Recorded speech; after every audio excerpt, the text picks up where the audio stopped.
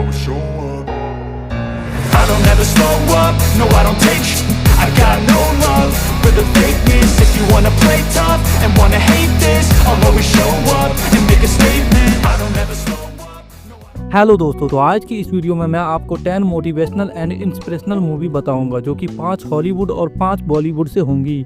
तो चलो बिना देरी किए हॉलीवुड की लिस्ट की ओर चलते हैं। तो हमारी सबसे पहली मूवी है द ट्रूमैन शो, जो कि 1998 में आई जिम कैरी की एक कॉमेडी साइफाई मूवी है।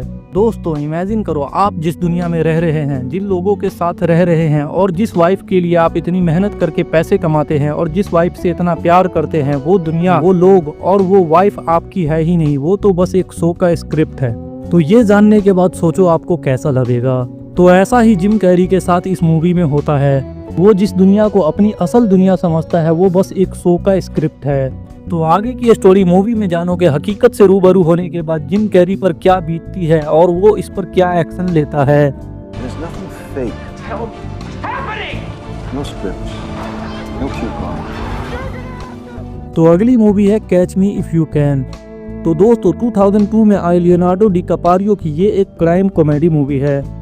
तो इस मूवी की कहानी में लियोनार्डो गरीबी से तंग आकर बुरे काम करने लगता है। पैसे के लिए वो नकली चेक बनाने लगता है और पायलट की ड्रेस पहनकर बैंक में चेक एक्सचेंज करवाता है। ऐसा करते करते इसकी चोरी एक दिन सामने आ जाती है और पुलिस इसकी फैक्ट्री पर रेड मारती है जहां ये चेक बनाता है और वो पकड़ा जाता है। तो आगे की स्टोरी जानने के लिए मूवी देखो। I'm looking for your son. तो लिस्ट की तीसरी मूवी है मिलियन डॉलर बेबी, जो कि 2004 में आई एक स्पोर्ट बेस्ड मूवी है। तो मूवी की स्टोरी कुछ ऐसी है कि मैगी नाम की एक लड़की होती है जो बॉक्सिंग सीखने के लिए फ्रैंकी नाम के कोच के पास आती है, पर फ्रैंकी उसे बॉक्सिंग नहीं सिखा रहा होता है। वो कहता है कि मैं लड़कियों को बॉक्सिंग नहीं सिखाता हूँ, पर फ्रैंकी मैगी की लगन और कड़ी मेहनत देखकर उसे सिखाने के लिए राजी हो जाता है और उसे एक अच्छा बॉक्सर बना देता है, जिससे वो काफी बॉक्सिंग कंपटीशन जीतती है। फिर एक दिन एक कंपटीशन में उसके रीढ़ की हड्डी टूट जाती है और वो हॉस्पिटलाइज हो जाती है। तो आगे की स्टोरी मूवी में देखो। People die every day, Frankie.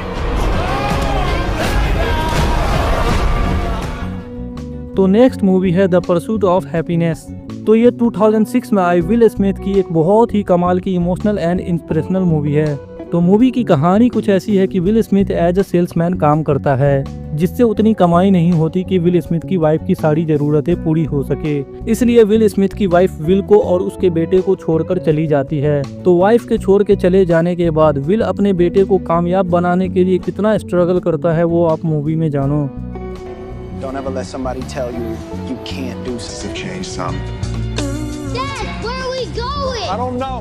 तो हॉलीवुड के लिस्ट की लास्ट यानी 5वीं मूवी है कास्ट अवे, जो कि 2000 में आई एक सर्वाइवल मूवी है। तो इस मूवी की कहानी में चक नाम का एक बंदा होता है जो समंदर के बीच एक सुनसान आइलैंड पर फंस जाता है, जहां से निकलने के लिए ना तो उसके पास कोई शिप होती है और ना ही कोई नाव और ना ही कोई शिप उस आइलैंड के आसपास से गुजरता है।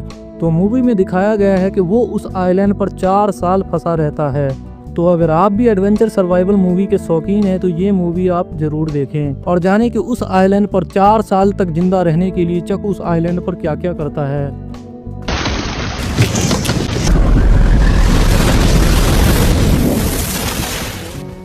तो वीडियो में आगे बढ़ते हुए चलते हैं बॉलीवुड की लिस्ट की ओर। तो बॉलीवुड की लिस्ट की हमारी सबसे पहली मूवी है 12th फेल, जो कि 2023 में आई विक्रांत मैसी की एक एजुकेशनल मूवी है। तो कहानी है मनोज नाम के एक लड़के की जो बहुत ही गरीब परिवार से होता है, जिसके पिता को बस इसलिए जॉब से बर्खास्त कर दिया जाता है क्योंकि वो ईमानदार है, जिससे घर की आर्थिक स्थिति और बदतर हो जाती है। तो मूवी के अगले सीन में मनोज एक आईएएस से इंस्पायर होकर आईएएस बनने की ठान लेता है, जिसके लिए उसकी दादी जिंदगी भर के जमा किए सारे पैसे मनोज को दे देती है और कहती है कि बेटा कामयाब होकर लौटना। तो आगे की स्टोरी जानने के लिए मूवी देखो कि आईएएस बनने के लिए मनोज कितना स्ट्रगल करता है और किन किन दिक्कतों का सामना करता है। तो अगर आप स्टूडेंट हैं और मोटिवेशन की जरूरत है तो वीडियो स्किप करो और जाओ ये मूवी देखो। यही जज्बा एक दिन देश बदलेगा।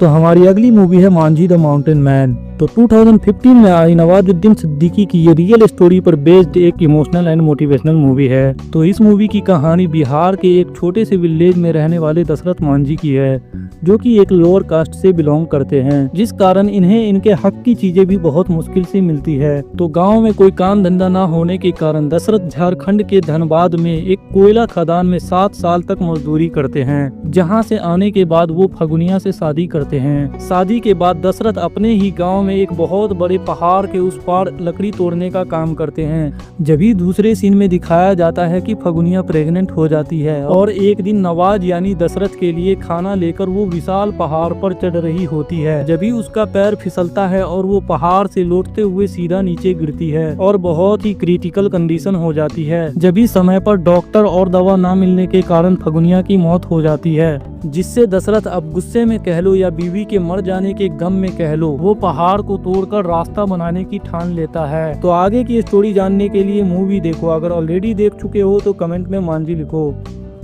लोग कहता है हम पागल हैं, जिंदगी खराब कर रहा है। जब तक ये टूटेगा नहीं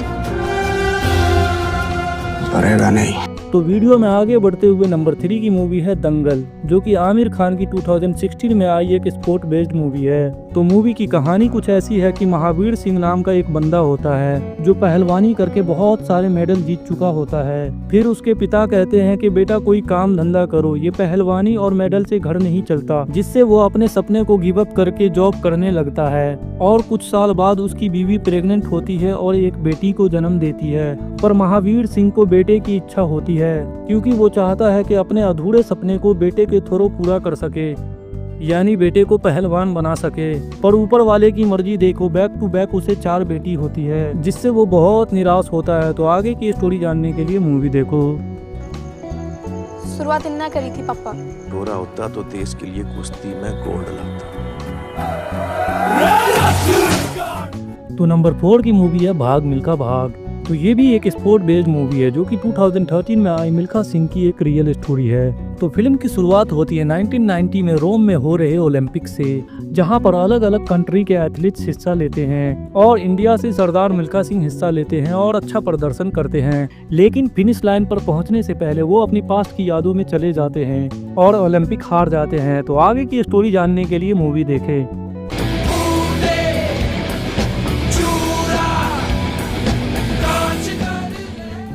तो लिस्ट की लास्ट मूवी है चक दे इंडिया, जो कि किंग खान की 2007 में आई एक स्पोर्ट फैमिली मूवी है, जिसे IMDb ने 8.1 रेट किया है। तो फिल्म की कहानी कुछ ऐसी है कि फिल्म की शुरुआत में इंडिया पाकिस्तान के बीच हॉकी टूर्नामेंट का फाइनल मैच हो रहा होता है और सबकी सांसें अटकी हुई होती है।